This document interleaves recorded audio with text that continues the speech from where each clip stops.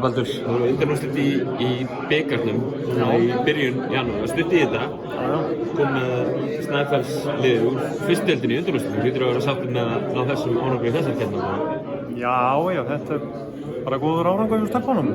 Flott hjá þeim og fínt fyrir þær að fá að sjá svona hvernig þetta er í efstu deildinni. Hvað þau þurfa að gera ef þau vilja spila þarna uppi. Fáið Breiðablik í undanúrslitunum. Breiðablik búið að vera svona í neðri helmingum á Söfnudeildinni, svona það sem aðeins er. Það er kannski minna á milli þessara liða heldur en Já, ég held að Njarðvík og Hauka verður nú að telja sterkari lið, sko.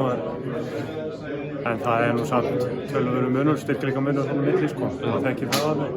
Hvað þarf Snæfell að gera til þess að ná í úrslit? Það var að sýna sínu bestu hliðar bara. Og spila sterkan varnarleik. Það kemur út úr því. Hólmurinn nú löngum verið vanur því að fara í stóra leiki og þetta er enn eitt stórleikurinn sem Hólmurinn er boðið í. Hlýtur að vera ánægilegt þegar maður svona þráttur að vera í fyrstu deildinni að geta boðið upp á þetta. Já, það er gaman að taka þátt í svona leikjum, sko. Við erum náttúrulega að byggja upp nýtt lið, sko, og þetta tekur tíma. Takk.